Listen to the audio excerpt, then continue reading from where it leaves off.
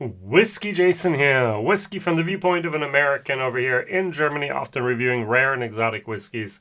I must admit this is going to be one of the most fun, one of the videos with the most fun I'm going to have that's in a very, very long time. Because I have 3 different Cask Strength versions of Redbreast 20, of Redbreast 12. Now, this is the 12-year-old 20, so B1 20 with 57.6% ABV. Over here we have the 2021, the B1 2021 with 56.3% ABV. And over here we have the 2022 with a 58.1% ABV. Now, you could be asking, Jason, where's the 2023 version? Where's the 2024 version? Where's maybe even the 2025 version? Well, first of all, the 2025 version has not hit the market yet. We're just at the beginning of 2025, at least when I do this video. I'm filming this. I have a problem. Well, I have a couple of problems, but one of the problems is I will be moving in the next couple of months, and I started cleaning up my whiskey room. So I don't know about you, but I have shelving units here, I have shelving units there, I have shelving units over here. And when I buy whiskey, and I do buy too much whiskey, I still buy too much whiskey, but I actually have bought way too much whiskey in the last couple of years. I'd buy something and go, oh, I'm going to do that in a while. I have a wonderful idea with the video, and I'll do that. And then I buy something else, and it just it's like a glacier that pushes it to the back of the shelf. And when it hits the wall, then I find someplace else to put it. All right. And so I was cleaning up a little bit of my shelves, and I was like, wait, I have 3 wonderful bottles here of Redbreast Cask Strength 12-year-old. I wanted to do this video 2.5 years ago. I'm going to do it now. And what I do over here in Germany is I do bottle shares. So I actually offered a set of these 3, either as 5 or as 10 CL. People could buy it, and they're going to watch this video in German, at least, maybe in English, I don't know. And they'll be able to follow along and do exactly the same experiment that I'm doing. Now, the interesting thing is, I'm not the first person that's ever tasted these whiskeys. We have, for this whiskey here from the year 2020, we have Whiskybase number 168585, and 276 people have voted on this whiskey and rated this whiskey already and gave it a rating of 87.18. So for my brain, it's going to be 87.2. Over here, we have from the year 2021, so B1 2021. I don't know if it had to do with the COVID years or whatever, but it was 354 people have voted on this. And this has a rating of 87.52. So 87.2, 87.5, so 0.3% points better. Now this, from 2022, that was the first year I actually was able to travel back again. That hit the market in September of 2022. And that year I went to America, I went to Scotland, I went to Ireland. I had all this pent-up Wanderlust, and I traveled too much. And within 3 months, I was gone for almost 7 weeks. Within 2.5 months, I was gone for 7 weeks. It was just a little bit too much of traveling, but I had not traveled for almost 2 years, and so I really needed that, and it was fantastic. My time in Ireland was great. My time in Scotland was great. My time in America was great. It was very, very great. But here we have actually with the Whiskybase 217562 a rating of 87.77. So this has the highest. So this has the lowest, it's gone up. Is it just because of the, here at 283 people, here, as I said, 350 some people, here we have 276 people. So about 270 plus votes for each of these. Is it a reliable rating system? First question. Second question, have they just gone up because more people have discovered Redbreast? Now, this is the cheapest price in Germany at the moment is 67 euros. The cheapest price for this at the moment in Germany is 69 euros. The cheapest price for this at the moment is 95 euros because this is sold out. The average price on Whiskybase is 221 euros for this one, for the 2020 version. The average price is 92 for the 2021. And here it's 91 euros for the average version. It's crazy the differences you have to pay in America compared to what we pay in America, but we pay over in Germany. I did a bottle share. I just said, okay, 74 euros 90 for each of these. I think that's very, very, very fair in my opinion. All right, so we have the 3 whiskeys here. We're going to nose them. We're going to try them. We're going to rank them. I love Redbreast Cask Strength 12 years of age.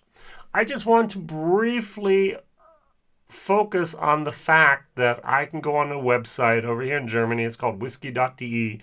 I think it's the biggest online platform for whiskey sales in Germany. And I just typed in Irish whiskey up to 84 euros is what I said. And I can get a Teeling Wonders of Wood. No. I can get a Dingle single malt from the Wheel of the Year. No. I can get a Redbreast 15 for 80 euros. And I can get this for the same price. Am I crazy to pay the same price for the 15-year-old when I get a Cask Strength version of this? Now, the 2023 version had 57.2. So, as I said, this has 58.1. I don't have the 23 at the moment to compare it with it. I don't have the 24 to compare it with it. But I don't even, was there a 24? I don't know. But so I have these 3. For 80 euros, you're getting a very good whiskey. I'm going to actually say it's difficult to get something better for that amount of money over here in Germany. That's going to be my question. Imagine you had 80 euros, 80 pounds. I'm going to give you $100. What are you going to buy from Ireland? Now, the Bushmills 3 Woods running you about 70-some euros.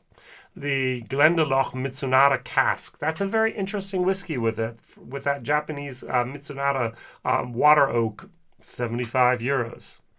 What we do have over here that I almost forgot about, and I found that very interesting, there was a Bushmills Causeway Collection Cuvée cask, a 10-year-old bottle from 2010 up to 2021 with 54.8% for 69 euros. That's a great price. Lustau, 68 euros. We also have a Roe & Co. Alligator Char finished Cask Strength 13-year-old. That's basically Bushmill juice.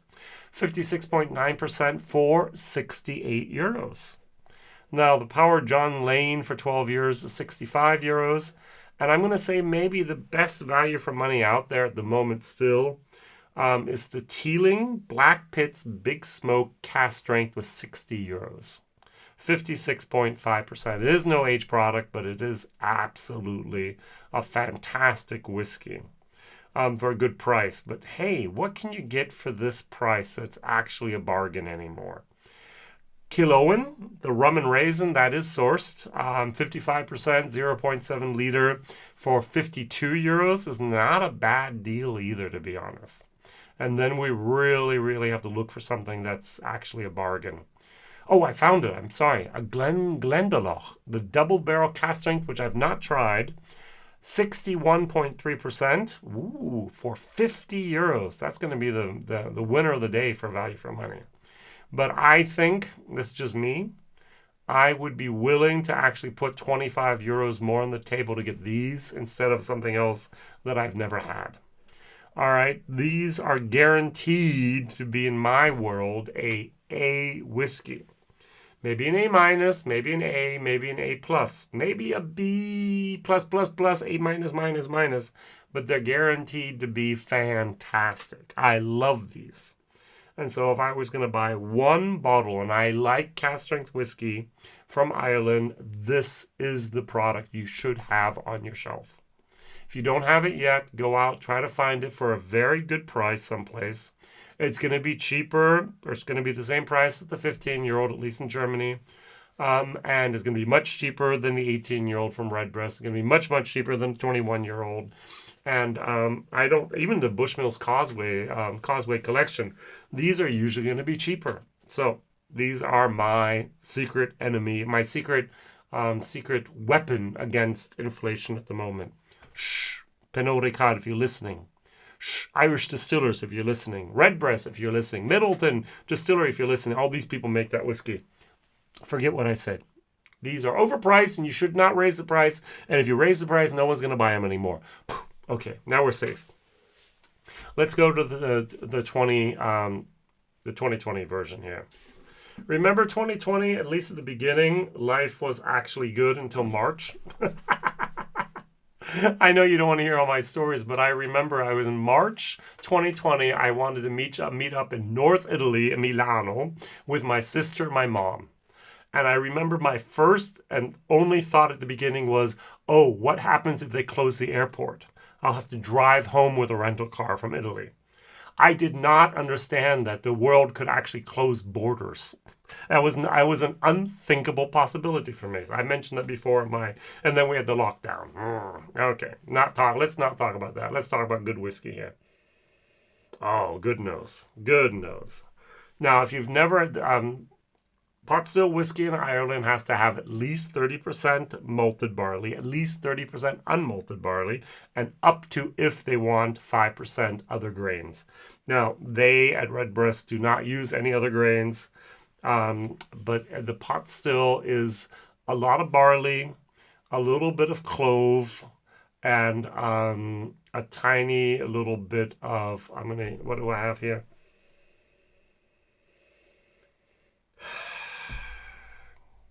It always has a little bit of that. They have a sherry and they have bourbon cask that they use here.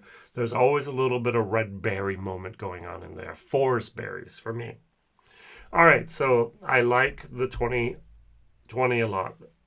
The 2021, we all sat at home, couldn't move, weren't allowed to work. It's sweeter. There's more caramel there. And the 2022, I visited Ireland, I visited Scotland, I visited America in that year. I really just needed to leave and do my things. It's even more sweet. There's a little bit more of a raspberry moment going on here. That sherry moment comes through. Had I not known, I would actually say there's a tiny little bit of a port going on in here. All right. Let's go back to the 2020. Let's try this. Cilantro. I'm so privileged to taste all three of these and compare them.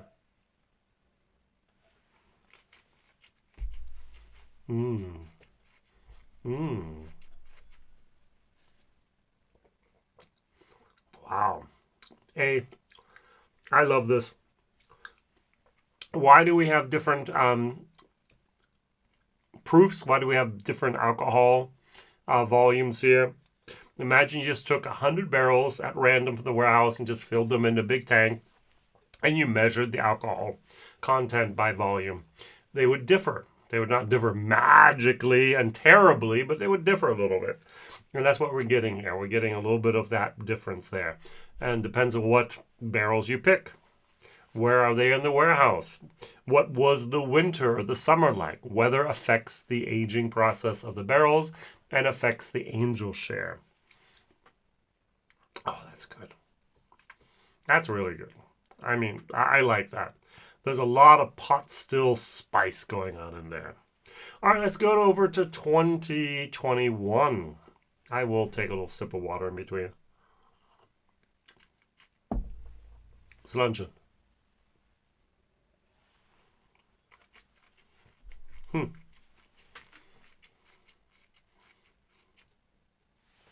Even though the 2021 has the least amount of alcohol, we're talking here about 56.3 compared to 57.6, so this is 1.3% more. And this actually has almost 2%. This is 58.1, so it's 1.8% more. It's hotter. The 2020 is smooth. The alcohol is so perfectly integrated. Is this a bad whiskey? No, this is still an A-, B++ whiskey. This here is a solid A. Could be an A- on a bad day, but solid A. But this is a tad bit less my wheelhouse. I'm looking for a word to say there. Now go over to 2022, the 58.1%.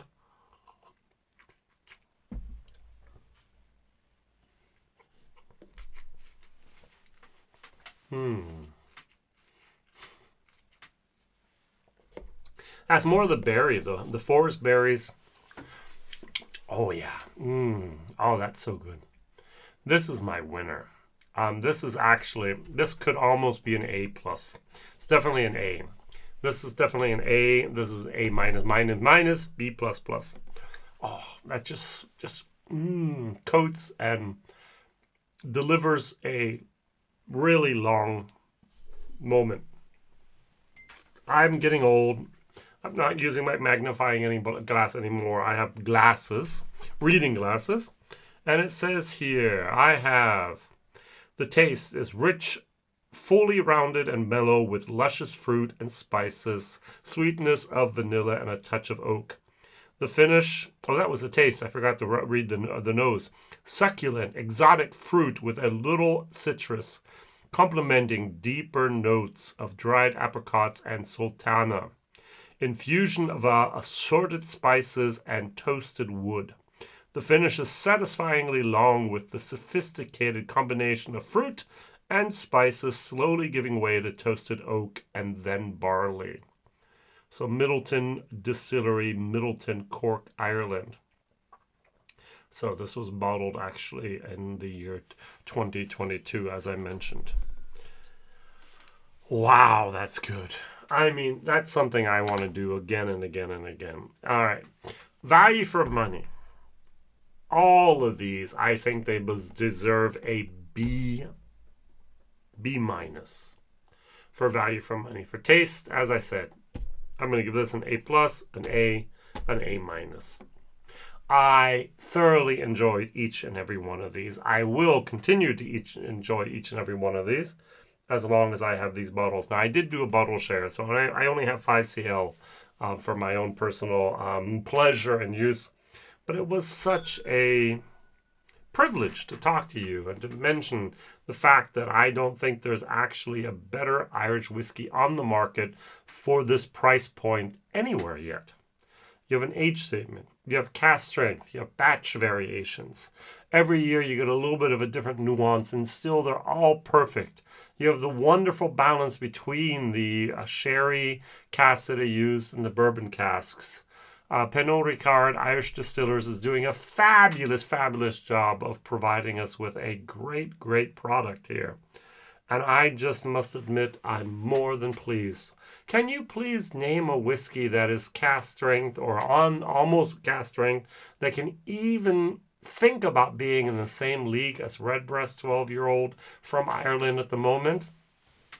I really, really don't think there's anything out there. Prove me wrong, please.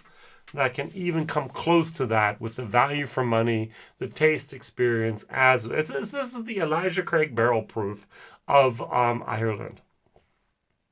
The bottle, wow, what else do I have to say? Or, yeah, that's it. That's all I want to say. Other people would say it's a Wild Turkey Rare Breed, but the Wild Turkey Rare Breed is half the price. So, I mean, this is the Elijah Craig barrel proof. All right, this is fabulous. Thank you very much for watching, liking, subscribing, and thank you very much for allowing me to have this joy of presenting you these 3 awesome whiskeys. See you real soon. Whiskey Jason here. Bye-bye.